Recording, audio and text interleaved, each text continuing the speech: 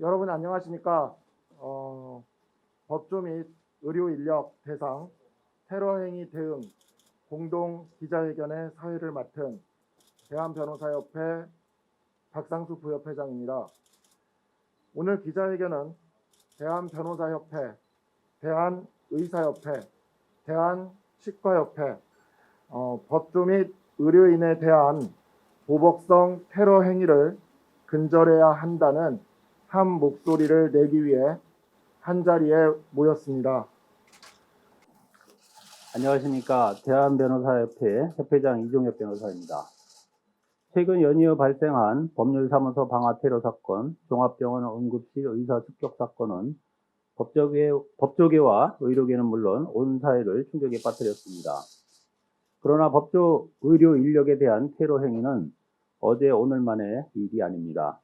2010년, 2012년, 2015년 발생한 변호사 피습 사건, 2018년 진료 중 의사가 환자의 흉기에 의해 사망한 사건 등 법조 의료 인력의 신변에 위해를 가하는 행위는 지속적으로 발생해 왔습니다. 수차례 이를 근절하기 위한 대책 마련 촉구와 입법 시도가 있었으나 여전히 근절 대책은 미흡한 상태로 법조 의료 인력은 늘 신변 위협에 노출되어 있습니다. 사회정의 실현과 인권 옹호라는 사회적 사명을 부여받은 변호사는 법치주의를 수호하는 법조 3륜의 한 축으로서 국민 개인의 권익을 대변하기 위해 직업적 소명을 다하고 있습니다. 의료인은 생명의 존엄성과 국민 건강의 수호자로서 환자 한 명 한 명의 건강과 질병 치료에 최선을 다하고 있습니다. 법조인과 의료인의 노력이 있기에 우리 사회의 사법체계와 의료체계가 정상적으로 작동할 수 있습니다. 이런 점에서 법조 의료 인력을 상대로 한 무분별한 폭력과 테러 범죄는 사법 의료 체계에 대한 중대한 위협이자 법치주의를 훼손하고 국민의 생명과 건강을 위태롭게 하는 심각한 범죄 행위에 해당합니다.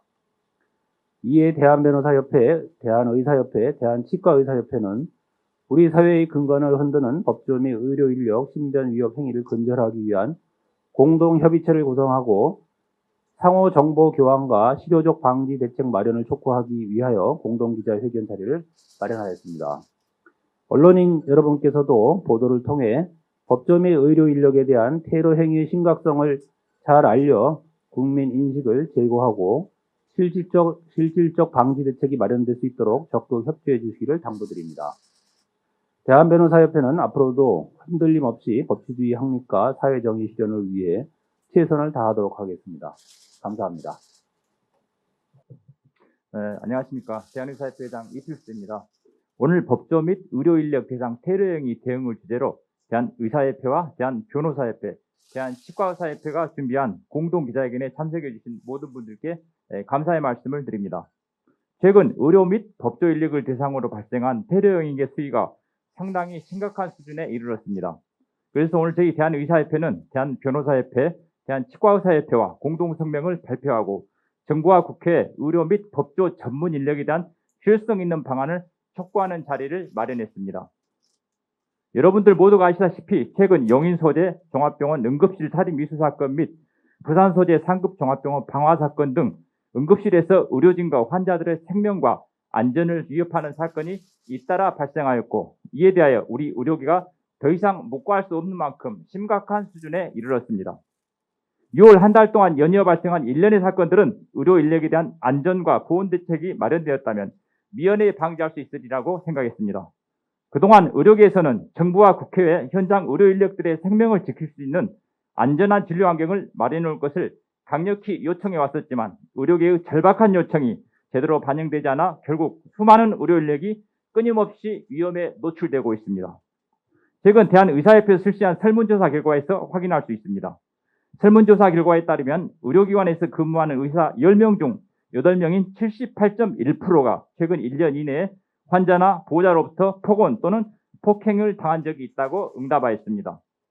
또한 위험을 당했을 때 대응 방안을 묻는 문항에 찾는다가 44.9%로 절반에 가까운 응답률을 보였고, 대응 지침과 매뉴얼에 대해서는 62.6%가 없다라고 말했을 정도로 관련 대책이 매우 미흡한 시점입니다.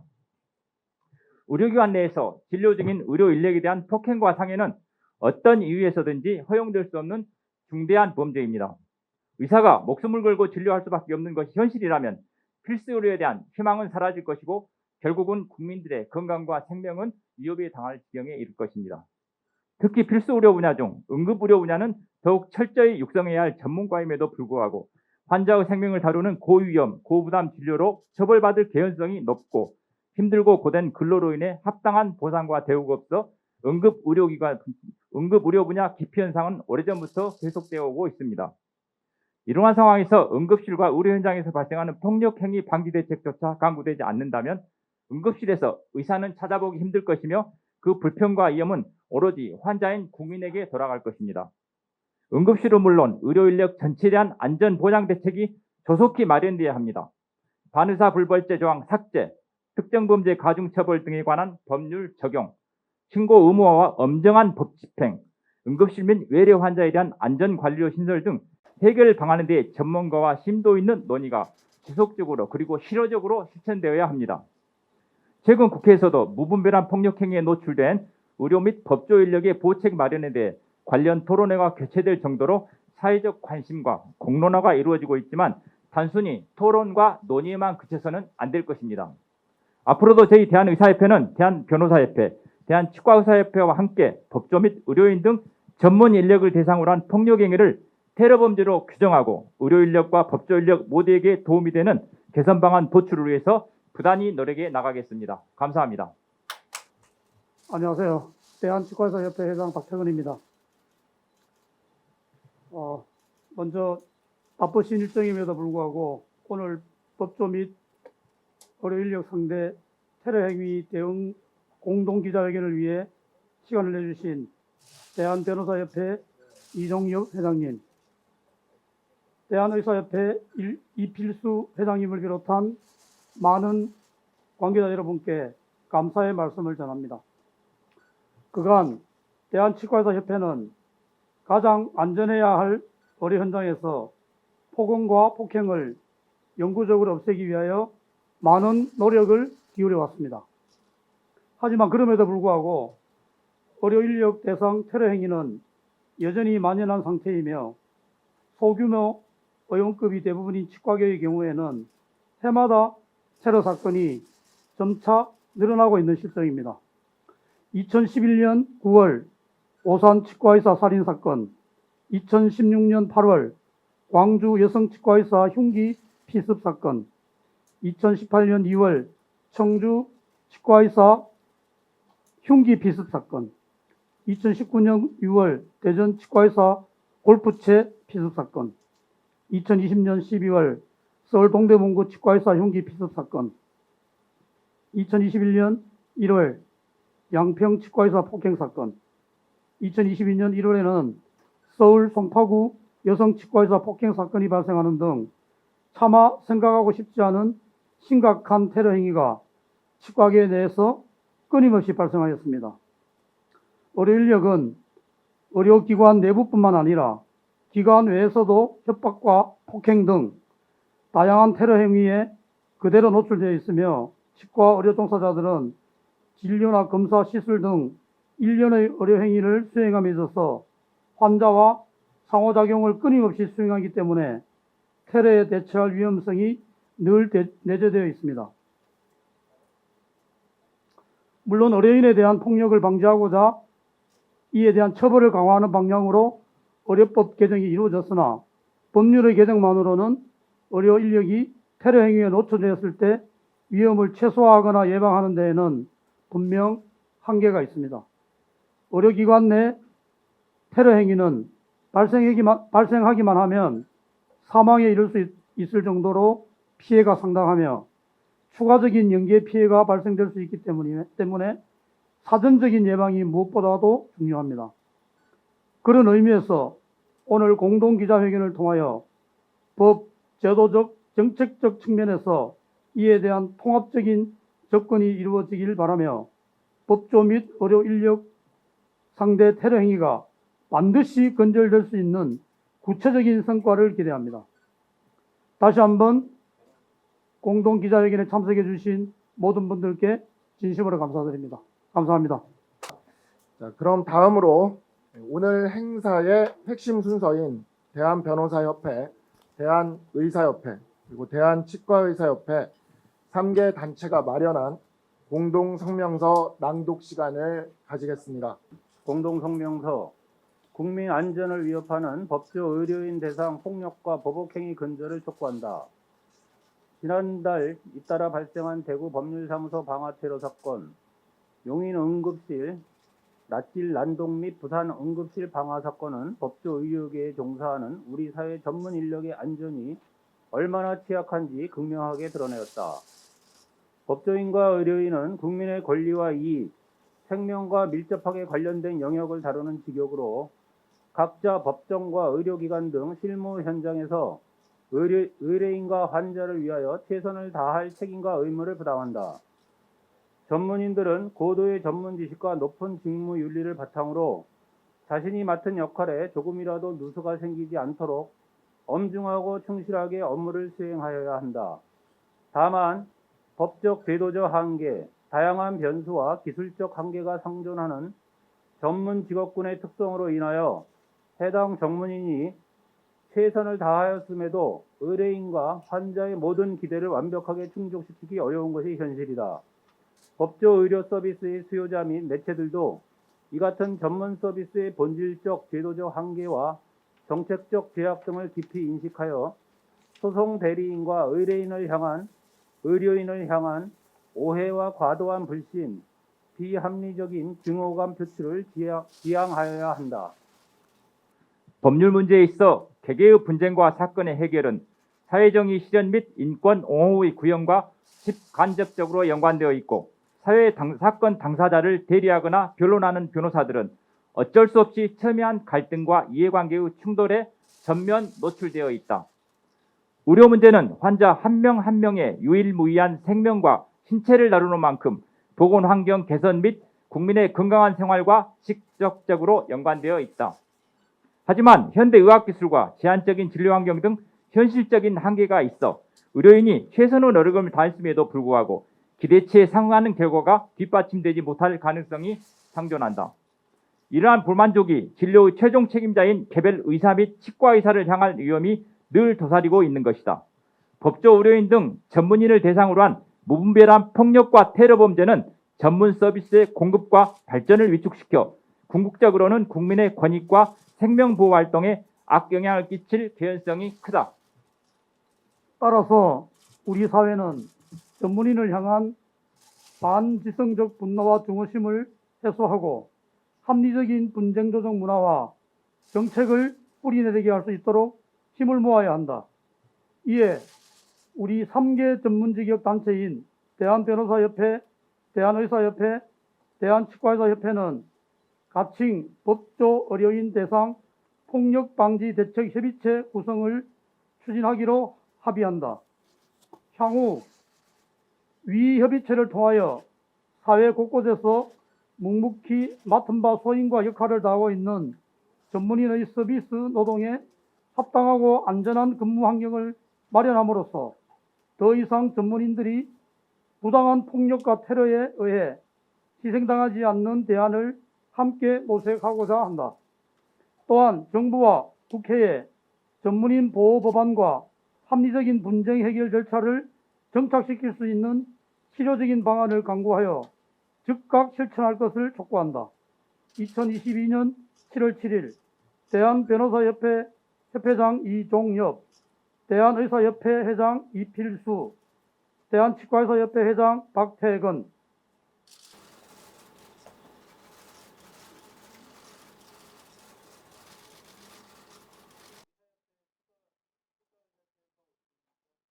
기자님 등 플로어에 계신 분들로부터 질의를 받고 변협과 의협, 치협 그리고 각 임원진께서 답변을 해주시는 Q&A 시간을 가지겠습니다. 치과 전문지 벤포라인의 하정건 기자라고 하는데요. 두 가지 좀 질문 드리겠습니다. 앞서 세 분 회장님께서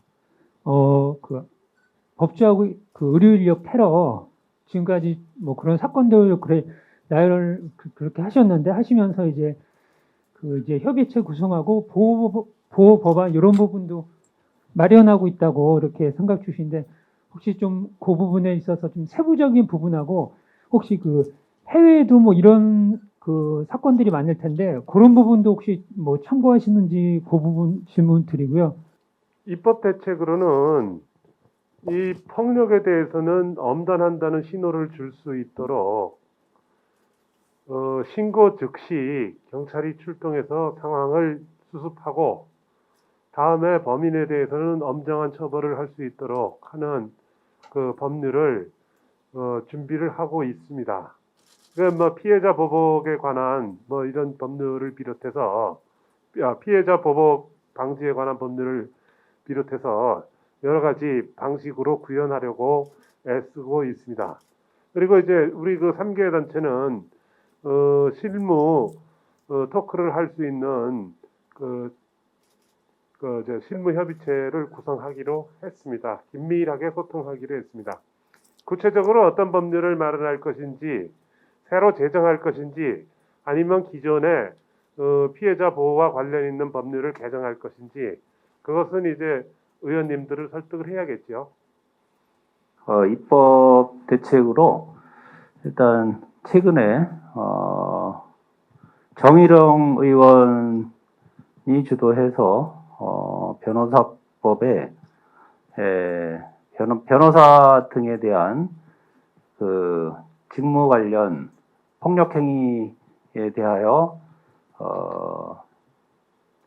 처벌하는 규정을 마련해서 정일영 의원 및 12분인가요? 예, 국회의원 12분이 최근에 변호사법 개정안을 발의를 했습니다. 예, 그리고 대한변협은 이와 별도로 또 그 특정범죄 가중처벌에 관한 법률, 특가법 5조의 9인가요? 특가법 5조의 9, 특정범죄 가중처벌에 관한 법률 5조의 9에 새로 항목을 하나 신설해서 법률사무와 관련하여 변호사 등 법률사무소 종사자에 대한 폭력행위 등에 대해서 가중처벌하는 그런 내용의 법안을 법률 개정안을 별도로 준비를 하고 있습니다. 그래서 그게 검토가 완료되면 국회에 적극 협조를 구해서 입법 발의를 추진할 예정에 있습니다. 예. 그 덧붙여서 말씀드리면 그 의료계에서는 그 방금 변협 측에서 말씀하신 바와 같이 특가법의 조항을 신설해서 그 의료인에 대한 진료 중인 의료인에 대한 폭력 행위를 처벌하는 방안을 좀 내부적으로 검토하고 있고 국회 측과도 협의하고 있습니다. 그 지난번 2019년 12월에 그 이른바 임세원 교수님 사건이 일어났을 때 비슷한 내용의 법률이 발의가 됐었는데 그 추가적인 그 논의 동력을 좀 잃어서 그 입법까지는 이르지 못했습니다. 그래서 이번에는 충실히 논의해서 그 현재 의료법과 응급의료법에 산재되어 있는 의료인에 대한 폭행이나 공격행위에 대한 처벌을 통합해서 특가법으로 옮기고 그리고 폭행협법의 경우에 반의사불벌 조항이 들어있는 것을 삭제해서 사회에 좀 더 분명하고 강력한 메시지.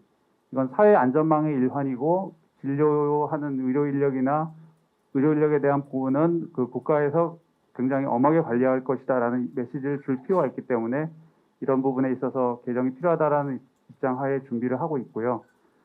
그리고 아까 외국 사례에 대해서 말씀하셨는데 우리나라와 아주 의료보험 체계가 유사한 영국의 NHS에서 보면은 SAS라는 제도가 있습니다. 스페셜 얼로케이션 스킴이라고 해서 특별 분배 제도라고 되어 있는데 영국은 그 지역별로 의료기관이 우리처럼 선택해서 개인이 환자 선택해서가 아닌 게 아니고 지역별로 거의 할당이 되고 주치의처럼 배정이 되어 있는데 폭력적 성향이 보이거나 폭력을 행사하거나 아니면 폭언을 하는 경우에도 주치의가 이 사람은 진료를 할 수 없다라고 일정한 요건을 거쳐서 경찰에 신고하고 그리고 이걸 신고를 하면은 위원회의 심의를 거쳐서 이 사람을 주치의 명단에서 빼버립니다. 진료를 아예 못 받게 되는 거죠. 그럼 이 사람은 그럼 이렇게 그럼 그냥 아프면 죽어야 되느냐? 그게 아니고 그 특별 분배 제도에 따라서 지역에 지정되어 있는 이런 폭력적 성향 환자들을 치료하는 의료기관에 다시 배정이 됩니다. 그러니까 우리하고 비슷하지만 약간 다른 점 우리는 주치 제도가 없으니까 환자들이 각 그 과목마다 자기가 원하는 의사를 찾아서 가는데 그 이런 시스템이 만약에 우리나라에 도입이 된다면은 중요 거점 병원 여러 가지 과목들 다 볼 수 있는 병원에 지정해서 당신 아프면 여기에만 가야 된다라고 하는 식으로 정리가 되겠죠. 그러니까 이렇게 함으로써 좀 더 그 보호 장비라든가 이런 게 준비가 된 규모 있는 병원에서 의료인은 안전하게 진료를 볼 수 있고 그 환자는 자기가 우리나라 같은 경우에 이제 진료기관 선택권을 잃고 정해진 병원에서만 진료를 볼 수 있게 만듦으로써 자신의 행위에 대해 성찰하게 되고 사회적으로 이 진료 중인 의료인에 대한 폭력 행위가 어떤 걸 의미하는지 그걸 어떻게 보면 계도하게 되는 효과가 있을 것으로 보입니다. 이상입니다. 대한의사협회장 이필수입니다. 제가 잠깐 보충 설명을 드리겠습니다. 지난주에 금요일에 이제 국민의힘 김미애 의원실 주관으로 저희가 이렇게 또 공청회가 열렸습니다. 조만간 이제 더불어민주당과 국힘의 공동 주관으로 또 병원협회와 대한의사협회가 함께 우리 의료인들을 같은 폭행 방지 그리고 진료실이라든가 응급실에서 폭행을 막기 위한 그런 또 공청회가 열릴 예정입니다. 현재 그 이렇게 법조인이라든지 그다음에 의료인에 대한 이런 폭력 행위 이거 좀 더 용서될 수가 없고요. 여기에 대해서는 지금 대부분의 국회의원분들도 공감을 하고 계십니다. 2018년 12월 임세훈 교수님께서 그 환자가 휘두르 흉기에 피습당해서 이렇게 살해당하신 사건이 있었습니다. 그때 사실 국회에서 한 뭐 법안 관련 법안들이 한 6개 정도 나왔었는데요. 그게 그래가지고 그 후에 응급실에서 응급의료 인력들이 어떤 응급의료 행위를 할 때 거기에 방해했을 경우에 이제 가중처벌한다는 그런 여러 법안들이 또 몇 개 있었습니다만은 그게 됐지만 지금도 현재 계속 그렇게 발생하고 있습니다. 그래서 좀 구체적인 게 좀 나와야 된다고 저는 생각을 하고 있고 이번에는 되게 국회의원분들이 거기에 대해 동의를 많이 하고 계십니다. 저한테 여기서 강조하고 싶은 게 이런 사건이 발생할 때마다 항상 보건복지부라든가 우리 행정부에서 하는 게 보안 인력의 강화, 보안 장치 뭐 설비 강화 가지고 다양하게 뭐 비상벨이라든가 뒷문이라든가 여러 가지 방안이 나오는데 사실 응급실 같은 경우는 굉장히 이게 국가에서 저희가 공익적인 어떤 그런 기능을 한다고 저는 생각을 하고 있습니다. 그런데 공익적 기능을 하는데 그게 우리 의료인들이라든가 같이 일하는 그런 의료 인력 종사자들이 생명 위협을 느끼면서 한다는 것은 정말 어떻게 국민들의 건강에 유해가 되기 때문에 그런 부분을 민간에게 이렇게 떠넘기고 나몰라라 한 것보다는 구체적으로 그에 대한 어떤 지원책이 좀 마련되는 게 맞다고 저는 생각을 하고 있습니다. 사실 거기에 대해서 2018년에도 그 김승희 의원이 그 비싼 법안 발의되지만 그냥 위야무야 넘어갔습니다. 그래서 이번에는 그런 어떤 안전 조치가 이게 국가적으로 어떻게 보면 공익적인 활동이기 때문에 국가에서 적극 이렇게 거기에 대해서 지원책을 만들고 이걸 좀 명문화하시면 좋겠고요. 두 번째는 이런 전문가들의 전문 인력에 대한 이렇게 자꾸 피스팽이가 자꾸 되다 보면 이게 일상화되고 또 사실 그렇게 각종 매스컴에서도 뭐 드라마 같은 걸 때 볼 때 그렇게 굉장히 그것이 좀 많이 비칩니다. 그래서 이번 기회 때 좀 홍보도 좀 철저히 해서 그런 부분들에 문제점을 지적하면 좋겠고요. 마지막으로는 사실 우리 그 이제 문제가 신고 의무화를 해야 됩니다. 그래서 응급실이라든가 진료실에서 이렇게 문제가 생겼을 때 반드시 신고를 의무화하게 해가지고 그래야지 그냥 이게 그렇지 않으면 반의사 불벌죄 때문에 이것이 위험에 넘어가는 경우가 굉장히 많습니다. 그리고 신고 의무화도 하고 또한 저희들이 이제 그 병원 응급실에 되게 보안 인력들이 있습니다. 그런데 보안 인력들이 실질적으로 그렇게 이번에 뭐 굉장히 폭행을 하는 휘두르거나 술에 취해서 난동을 피워도 하다 보면 같이 쌍방으로 이게 폭행으로 고소가 돼가지고 그렇기 때문에 일자리가 날아갈 수 있기 때문에 굉장히 그에 대해 수동적으로 막다 보니까 응급실에서 오히려 진료 인력에 대한 피해가 더 커진 경우가 많이 있습니다. 그래서 이분들이 그런 정상적인 행위를 했을 때 그걸 보호할 수 있는 그런 좀 조치가 이루어져야 된다고 생각합니다.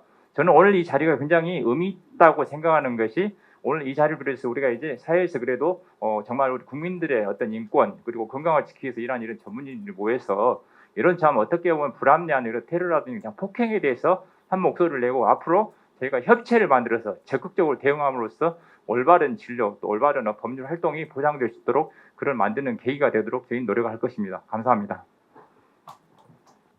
안녕하십니까. 저는 의료 전문지 라프로시안의 박진규 기자입니다.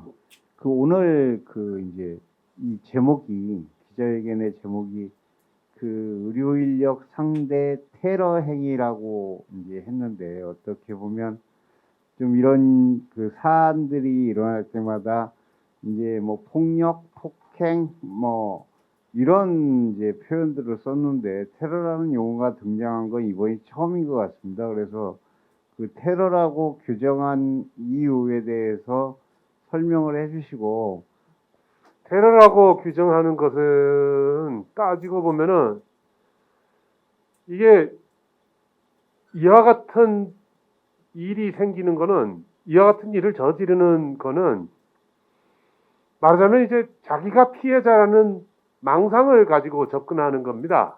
어찌 보면은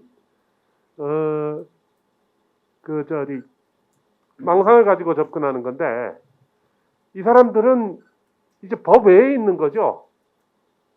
앞에 있는 사람이 자기를 이제 보호해주는 사람이고 같이 소통해줄 수 있는 사람이라고 생각하는 것이 아니라 그냥 파괴하려고 찾아오는 것이기 때문에 테러라고 규정할 수밖에 없는 것입니다. 말하자면은 비유를 하자면은 길거리에 늑대나 이런 사람이 뛰어돌아다닌다 그럴까요? 그렇기 때문에 이거를 단순히 그 개인 사이의 분쟁이 아니라 테러라고 규정할 수 있는 것이고, 또 한 가지 또 중요한 거는 마치 그 미국에서 그 소총 난사 사건 같은 것에서 보듯이 약한 곳을 노리고 들어와서 공격을 한다는 점에 있습니다. 그렇기 때문에 테러라고 규정하고, 이 테러 행위에 대해서는 문명 국가에서는 절대로 받아들여질 수는 없다. 그런 자세를 표하는 것입니다. 저희가 단순히 폭력행위 대응이라고 하지 않고, 이제 테러 행위 대응이라고 이렇게 표현한 용어를 선택해서 사용한 데는 여러 가지 함의가 있습니다. 첫 번째로는, 가장 최근에 일어난 그 대구 법률사무소 방화 살인사건, 이것을 단적으로 말씀을 드리면, 테러라는 것은 행위자가 사회나 어떤 정부 기관에 대해서 분명한 메시지를 전달하기 위해서 그 수단과 방법을 가리지 않고 하는 폭력 행위거든요. 그래서 이 사건의 본질도 그렇고, 또 의료인에 대해서 끊임없이 발생하는 그런 폭력이라든지 살인 사건 같은 것도 보면 사법 불신, 재판에 대한 불신, 이것에서 출발한다고 저희는 원인 파악을 하고 있습니다. 그래서 지금 가장 합리적이라고 그렇게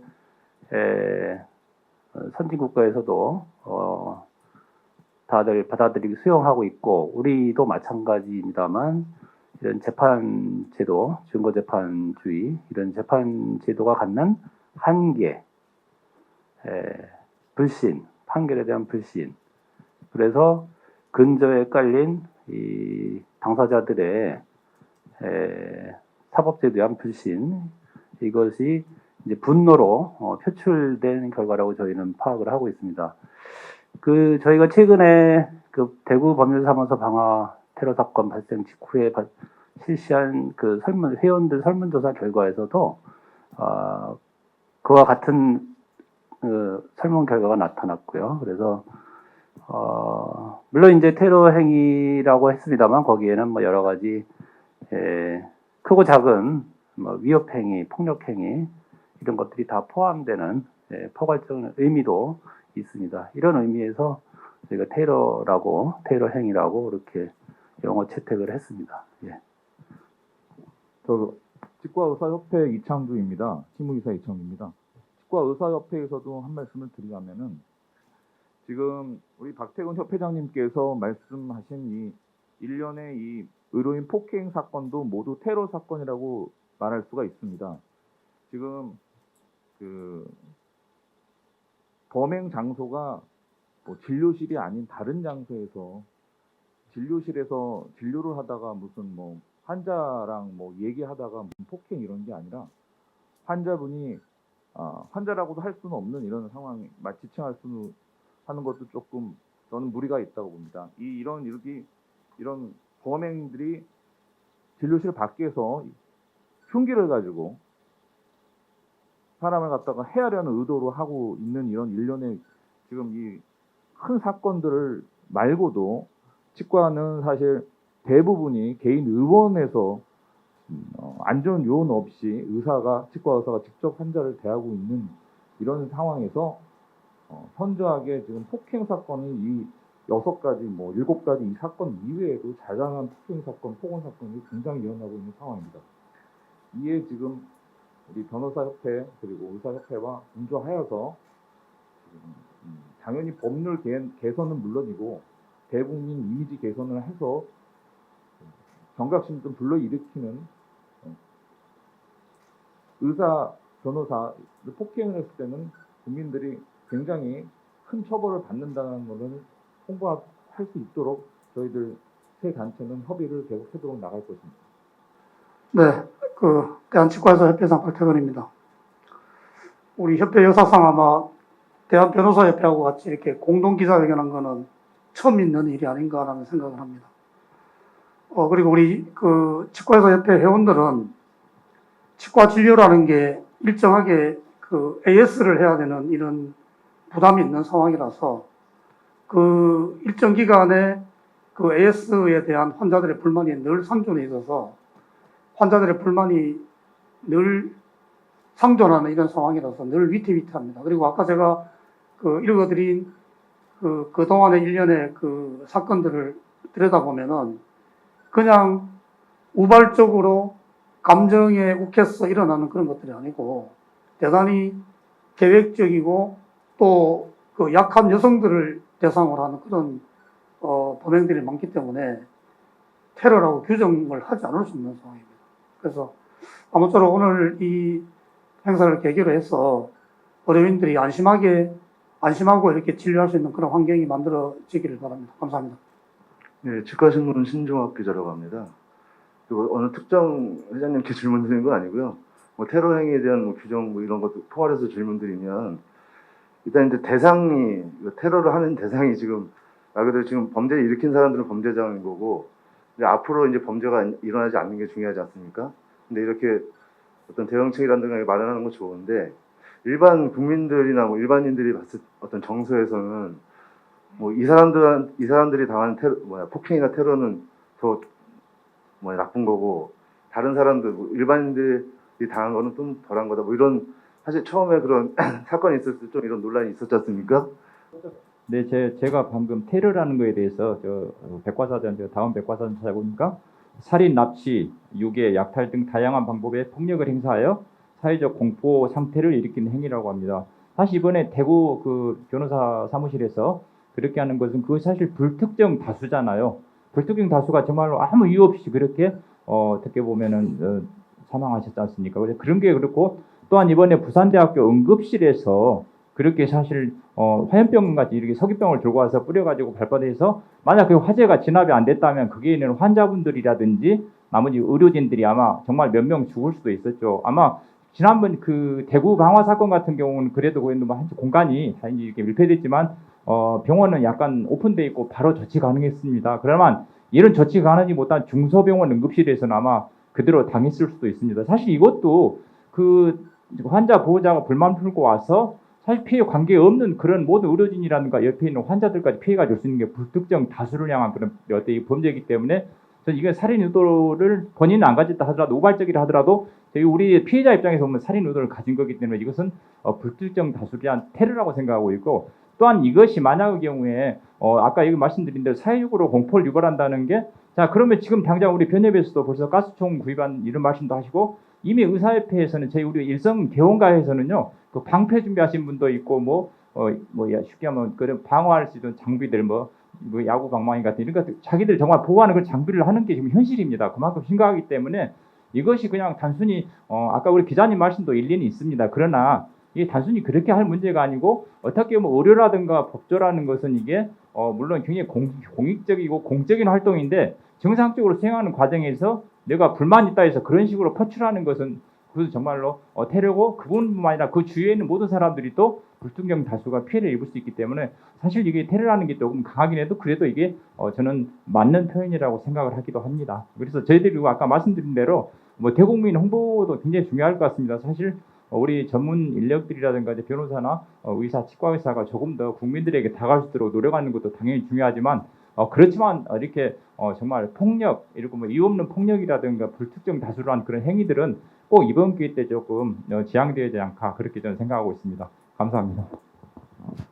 테러 행위는 말하자면은 우리 그 공화국에 사는 사람이 기본적으로 누리는 법치의 보호, 또 건강에 대한 보호, 이게 가장 우리가 해주는 문명적인 그 질서죠. 이 현대 문명에 대해서 자기의 불만을 표시하고 저항하고 부수고자 하는 시도이기 때문에 테러이고 야만인 것입니다. 이와 같은 변종은 사실 거의 소수죠. 소수지만 완벽하게 물론 막을 수는 없지만 이 하나라도 이 결과에 중한 정도에 비추어 봐가지고 이런 테러는 한번 생기면은 그 결과가 아주 끔찍하지 않습니까? 그래서 하나라도 줄이려면은 아무래도 이런 변종이 발생할 여지를 줄일 수 있도록 국민을 설득할 필요는 있겠습니다. 예를 들어 저희들도 재판에 대한 불신, 수사에 대한 불신, 이것이 말하자면 한 사람이라도 더 이렇게 좀 건강하지 못한 정신 상태로 이끌어간 거 아닌가 하는 생각은 가지고 있습니다. 보통 사람은 물론 재판을 불신한다고 이런 짓 안 저지르니까 변종이죠. 그렇지만 이와 같은 변종이 하나라도 덜 생기게 할 수 있기 위해서는 저희도 이제 재판 불신 어느 정도는 해소하려고 노력하는 장치를 만들어야 된다 하고 장기적인 관점에서도 노력하고 있습니다. 예를 들어 지금 재판 불신은 우리 전문가들이 관여하고 직업 판사가 하고 있습니다. 그거는 우리 국민의 판단을 받을 수 있도록 수사와 재판이 국민의 뜻에 따라서 이루어질 수 있도록 하는 배심제가 도입이 필요하다 해서 계속 우리들은 그 실현을 위해서 어느 정도는 입법 제안을 많이 하고 있습니다. 그 지금 우리 김광기 부회장이 말씀하신 내용 외에도 거기 추가를 하면 이제 우리 그 제야법조계에서 꾸준히 문제 제기를 해온 재판에 있어서 어떤 법적 제도적 한계를 극복하는 새로운 재판, 국민 누구나가 납득할 수 있는 판결, 결정, 이것을 해결하기 위해서 도달하기 위해서 이제 미국식 디스커버리 제도, 증거 개시 제도 도입을 위한 노력을 저희가 꾸준히 해왔고요. 이번 6월 9일 대구 방화 사건을 계기로 해서 조금 더 속도를 높여서 적극적으로 입법을 추진하기 위해서 노력하고 있습니다. 예, 향후에도 그와 관련해서 그러니까 국민들이 모두 납득할 수 있는 실체적인 진실 발견에 좀 더 다가갈 수 있는 그런 판결, 재판을 위해서 증거개시제도, 가깝게는 증거개시제도 도입을 위한 토론회라든지 입법 발의 같은 것을 계속 추진하고 있습니다. 지금 지켜봐 주시기 바랍니다. 감사합니다. 의협에서 조금 보태서 말씀드리면 잘 아시겠지만 하인리 법칙이라는 법칙이 있습니다. 300대 29대 1이라고 하면 다 아시겠죠. 그래서 어떤 큰 사고가 생기기 전에 징후가 300번 있으면 작은 사고가 29번 있고 그중에 한 번 큰 사고가 난다라는 것인데, 이번에 사고 이후에 의협에서 회원들 상대로 설문조사를 했더니 78%의 의사들이 지금으로부터 1년 내에 폭언이나 폭행을 경험한 적이 있다고 합니다. 전국에 의사가 13만 명 정도 일하고 있습니다. 근데 그중에 78%에게 폭언, 폭행이 1년 내에 있었다는 것은 얼마나 의료에 대한 적대적 의사표시가 만연해 있는지 알 수 있는 거고, 이 중에서 상당수는 실제로 폭행이나 협박으로 나아가고, 그 중에 또 일부는 이번에 보신 것처럼 살인미수 사건이나 방화 사건으로 이어지게 됩니다. 물론 시스템이나 설비도 중요하지만 법조나 의료나 공통적인 점은 사람이 가장 큰 자산이라는 건데, 그 사람이 이런 식으로 편하게 그야말로 진료의 본질에 따라서 진료하기 어렵게 되는 분위기가 되면 당연히 그 피해는 국민에게 돌아갑니다. 그래서 이제 향후 이제 실무협의체에서 많은 그 계도를 위한 여러 가지 활동들을 하시겠지만, 여기까지 이른 시점에서 특히 형사적 온정주의로는 더 이상 상황 변화를 이끌어내기가 쉽지 않은 지점에 오지 않았나라는 생각이 들고, 그리고 어느 정도 사회적인 컨센서스가 생겼을 때 이제 성범죄에 대해서도 온정주의적인 시각을 조금 제고를 하니까 많은 의미로 사회가 변하기 시작했고, 운전 중인 운전자에 대해 공격하는 것은 있어서 안 됩니다라는 컨센서스 생긴 이후에 입법이 된 후에 실제로 줄이기 시작했습니다. 그래서 마찬가지로 우리도 지금 의료인에 대한 보호에 있어 이런 형태의 접근 방법을 한번 고민해 볼 때가 되지 않았나 이런 생각합니다.